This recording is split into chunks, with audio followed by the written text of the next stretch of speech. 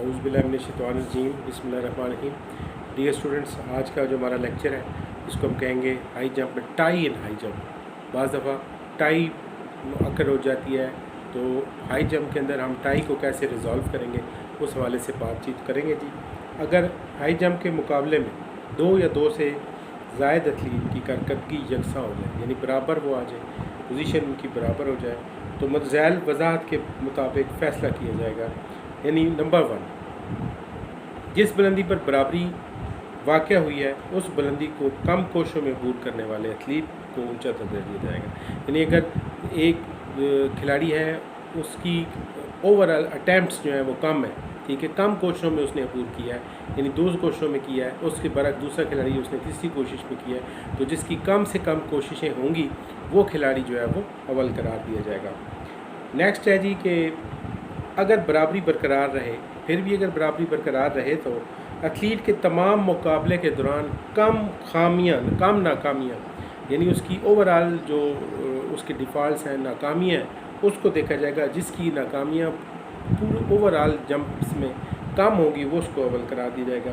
इसमें आखिरी बुलंदी की नाकामी भी शामिल की जाएगी। इसमें जो लास्ट आखिरी बुलंदी की नाकामी है वो भी शामिल की जाएगी और उसे ऊंचा दर्जा दिया जाएगा।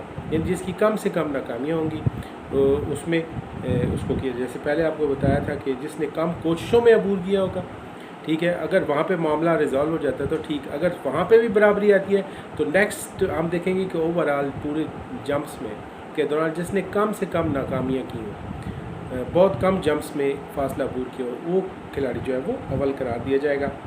नेक्स्ट है जी कि अगर बराबरी फिर भी हल ना हो, अगर बराबरी फिर भी हल ना हो तो पहली पोजीशन के लिए हो तो बराबर रहने वाले एथलीट्स को उसी बुलंदी पर जहाँ वो नाकाम हुए हों एक एक मज़ीद छलांग दी जाएगी। अगर सपोज फिर भी बराबरी, नाकामियाँ भी बराबर आ जाती और फिर बराबरी हल नहीं होती तो टाई को रिज़ॉल्व करने के लिए उस जंप के ऊपर मज़ीद एक कोशिश, मज़ीद उनको यानी कि छलांग लगाने का मौका दिया जाएगा।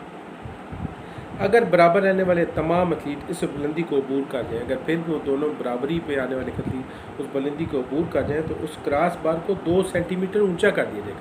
बात जब समझ आ रही है आपको, यानी एक क्रॉस बार जहाँ पे थी वहाँ पे बराबरी अकर होगी, बराबरी आ गई, और अगर सपोज़ उस बराबरी को वो हल नहीं कर पाए, बराबरी वहीं पे बरकरार रही, तो फिर नेक्स्ट ये क्या होगा कि नेक्स्ट